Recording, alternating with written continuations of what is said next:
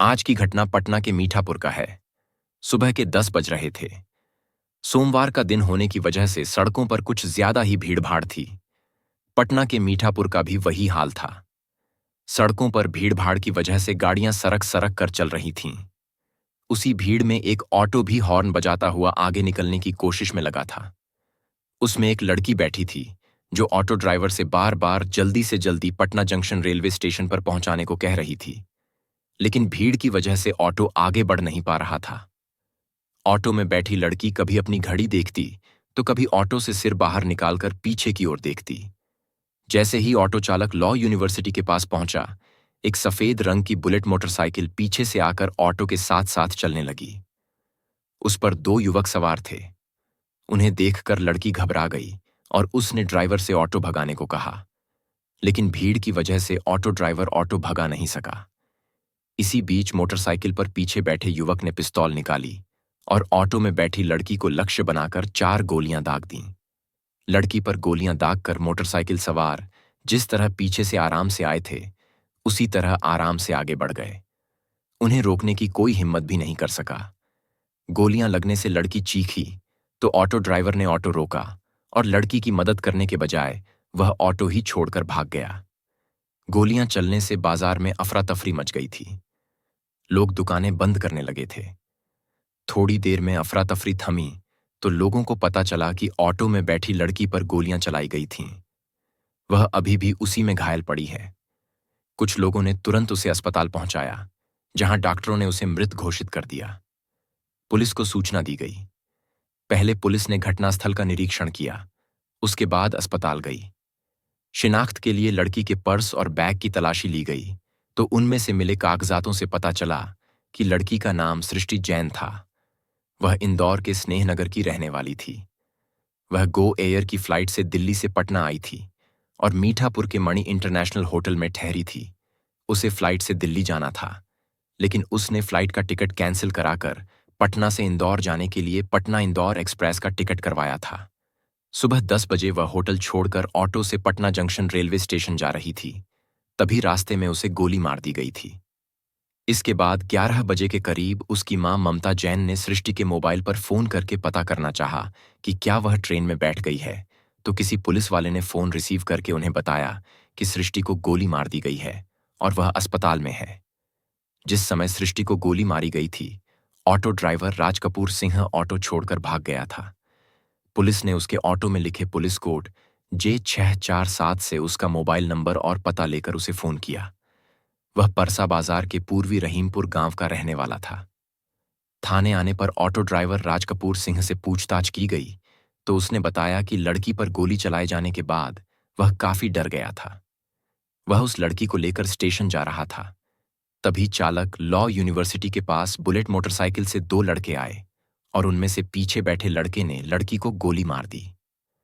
गोली मारकर वे करबीगहियां की ओर गए थे। पुलिस ने जब सृष्टि के पिता सुशील जैन से बातचीत की तो उन्होंने बताया कि शादी.com पर 20 दिनों पहले उनकी छोटी बेटी शगुन ने मृतका सृष्टि का प्रोफाइल डाला था। बिहार का कोई लड़का उसे पसंद आ गया था तो वह उसी से मिलने पटना आई थी। जब सृष्टि की बहन शगुन से पूछताछ की गई तो उसने बताया था कि शादी.com पर सृष्टि का प्रोफाइल देखकर पटना के रजनीश की ओर से उसके लिए विवाह का प्रस्ताव आया था। रजनीश सृष्टि को अपने घर वालों से मिलवाना चाहता था, इसीलिए उसने सृष्टि को पटना बुलवाया था। रजनीश ने ही सृष्टि के लिए फ्लाइट का टिकट भी भेजा था और पटना में ठहरने के लिए होटल का भी इंतजाम किया था। सुबह 11:35 पर वह पटना पहुंची थी और मणि इंटरनेशनल होटल के कमरा नंबर 106 में ठहरी थी। उसी दिन दोपहर 2:10 पर रजनीश सिंह ने अपने दोस्त राहुल के साथ उसी होटल में कमरा नंबर 107 बुक कराया था। होटल के रजिस्टर में उसने अपने पिता का नाम राजेश्वर प्रसाद सिंह और पता राघवपुर, जिला वैशाली लिखा था। सभी होटल से निकल गए थे, लेकिन कुछ देर बाद सृष्टि होटल लौट आई थी और इस बार वह कमरा नंबर 103 में ठहरी थी। उसने होटल मैनेजर को बताया था कि उसका टिकट कंफर्म नहीं हुआ, इसलिए वह वापस आ गई थी। एक बार फिर रजनीश अपने दोस्त राहुल के साथ होटल पहुंचा और सीधे सृष्टि के कमरे में गया। होटल के मैनेजर राजकुमार के अनुसार इस बार रजनीश सृष्टि के कमरे पर गया तो दोनों के बीच किसी बात को लेकर बहस होने लगी। जल्दी ही इस बहस ने तल्खी का रूप ले लिया। इस कहासुनी में सृष्टि बार बार कह रही थी कि अब वह उसके पीछे नहीं आएगा, जबकि रजनीश उसे धोखेबाज कह रहा था। उसका कहना था कि उसने उसके 1 लाख रुपए ठग लिए हैं। रजनीश से मिलने के बाद सृष्टि ने अपने घर वालों को फोन करके बताया था कि रजनीश उसे ठीक आदमी नहीं लगता। उसके पास पिस्तौल भी है जिसे लेकर वह घूमता है। वह एयरपोर्ट पर भी पिस्तौल लेकर आया था। वह ऐसे आदमी से कतई विवाह नहीं करेगी। बाकी बातें वह इंदौर लौटकर बताएगी।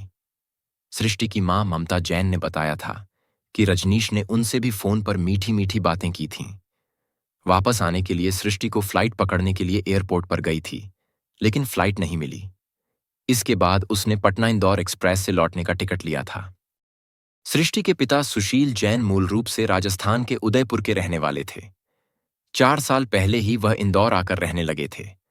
यहां वह एक प्राइवेट कंपनी में नौकरी करते थे। उनके परिवार में पत्नी ममता जैन के अलावा 2 बेटियां, बड़ी सृष्टि और छोटी शगुन थी। सृष्टि ने उदयपुर से एमबीए किया था, जबकि शगुन 12वीं में पढ़ रही थी। उनका परिवार इंदौर के स्नेहनगर में रहता था। इसके पहले वह खातीवाला टैंक में अनमोल पैलेस में फ्लैट नंबर 402 में रहते थे। इंदौर की कई कंपनियों में काम करने के बाद सृष्टि दिल्ली में इंडिया बुल्स कंपनी में टीम लीडर के पद पर काम कर रही थी। पिछले महीने उसने यह नौकरी छोड़ दी थी और दूसरी कंपनी में नौकरी पाने की कोशिश कर रही थी।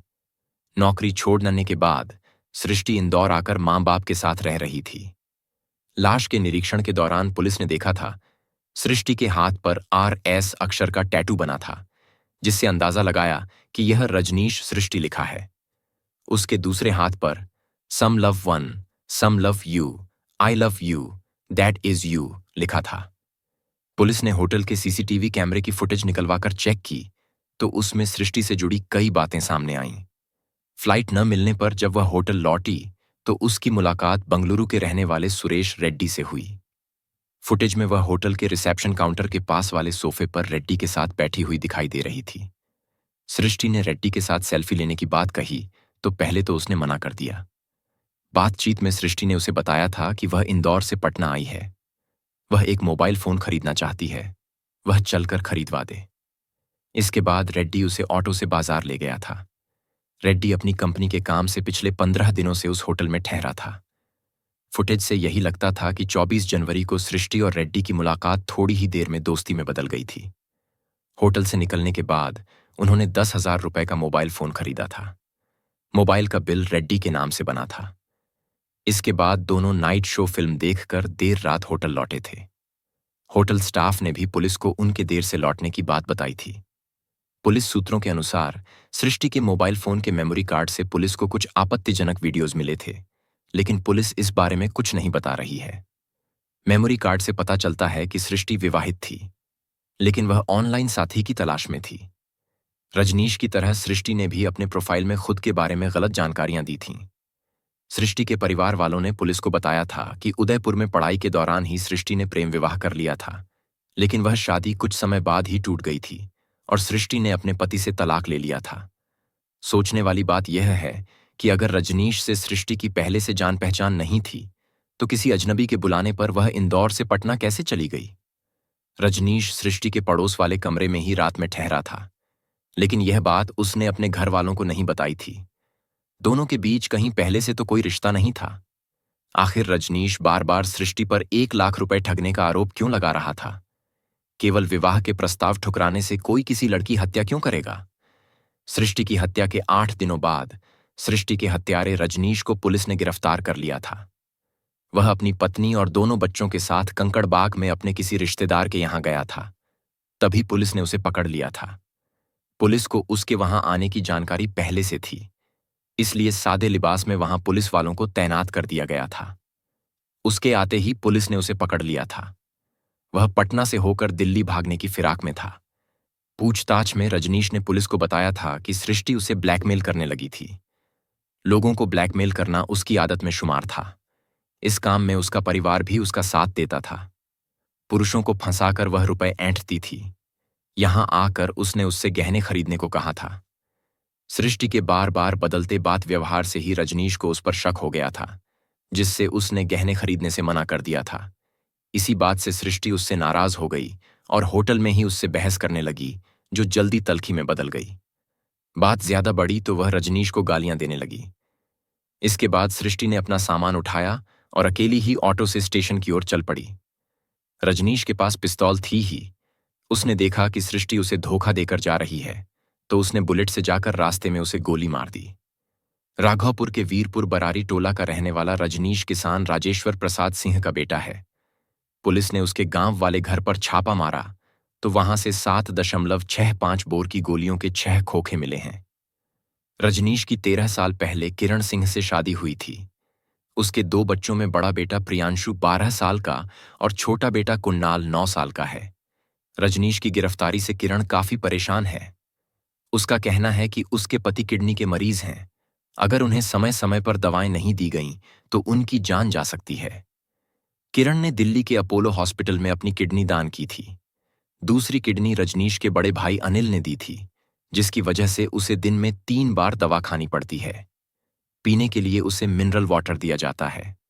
सृष्टि के पिता का कहना है कि रजनीश पुलिस को बेमतलब की कहानियां गढ़कर सुना रहा है। हत्या को लेकर भी वह पुलिस को बरगला रहा है। सृष्टि की मां का कहना है कि किसी अनजान लड्डचकी से 5 से 10 दिनों की बातचीत में रजनीश ने 2.5 लाख रुपए से ज्यादा उस पर कैसे और क्यों खर्च कर दिए। 4 जनवरी को सृष्टि की बहन शगुन ने उसकी शादी का प्रोफाइल शादी.com वेबसाइट पर डाला था। उसके 10 दिनों बाद रजनीश की ओर से शादी का प्रस्ताव आया था। रजनीश ने बताया था कि उसके पिता की मोटरसाइकिल की एजेंसी है, जिसका सालाना कारोबार 70 से 80 लाख रुपए का है। अपने बारे में उसने बताया था कि वह आईपीएस की तैयारी कर रहा है। उसके इसी प्रोफाइल और प्रस्ताव के बाद ही सृष्टि उससे मिलने पटना आई थी। पुलिस सूत्रों से मिली जानकारी के अनुसार रजनीश की तरह सृष्टि ने भी शादी के वेबसाइट पर अपने बारे में गलत जानकारियां दे रखी थीं। उसने पहले विवाह और तलाक के बारे में बिल्कुल नहीं बताया था। रजनीश तो गलत था ही, सृष्टि भी अपने बारे में गलत जानकारी देकर दोबारा शादी की फिराक में थी। पुलिस पूछताछ में रजनीश ने सृष्टि की हत्या का अपना अपराध स्वीकार कर लिया था। उसने सृष्टि से हुई जान पहचान के बारे में पुलिस को जो बताया था, उसके अनुसार उसने सृष्टि पर काफी रुपए खर्च कर दिए थे। इसके बाद भी वह उससे और कई चीजें खरीदने को कह रही थी।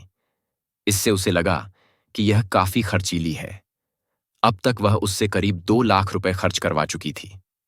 रजनीश ने सृष्टि के पास एक नया मोबाइल फोन देखा, जिसमें सृष्टि ने सुरेश रेड्डी के साथ सेल्फी ले रखी थी। वह फोटो देखकर उसके दिल को काफी गहरी ठेस लगी। रजनीश की अपनी पत्नी से बिल्कुल नहीं पटती थी, इसीलिए वह दूसरी शादी के बारे में सोच रहा था।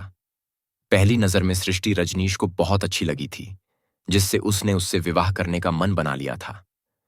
विवाह के बाद वह उसके साथ दिल्ली में रहना चाहता था, लेकिन जब वह उसकी ऊल जुलूल मांगों को पूरी नहीं कर सका तो सृष्टि ने उससे विवाह करने से मना कर दिया था पुलिस को दिए। अपने बयान में रजनीश ने बताया था कि सृष्टि की हत्या करके वह मीठापुर से सीधा अनीसाबाद होते हुए हाजीपुर चला गया था। रास्ते में महात्मा गांधी पुल से उसने अपना मोबाइल फोन, टैबलेट और पिस्तौल का लाइसेंस गंगा नदी में फेंक दिया था। इसी के साथ अपनी बुलेट मोटरसाइकिल को नाव पर रखकर गंगा नदी के बीच में डुबो दिया था। इसके बाद वह हाजीपुर, वैशाली और पटना में ठिकाने बदल बदल कर समय गुजारता रहा। रजनीश के बड़े भाई अनिल सिंह ने पुलिस को दिए बयान में कहा था कि रजनीश की किडनी ट्रांसप्लांट कराई गई है, जिससे वह शारीरिक रूप से काफी कमजोर है। ऐसे में वह किसी की हत्या कैसे कर सकता है।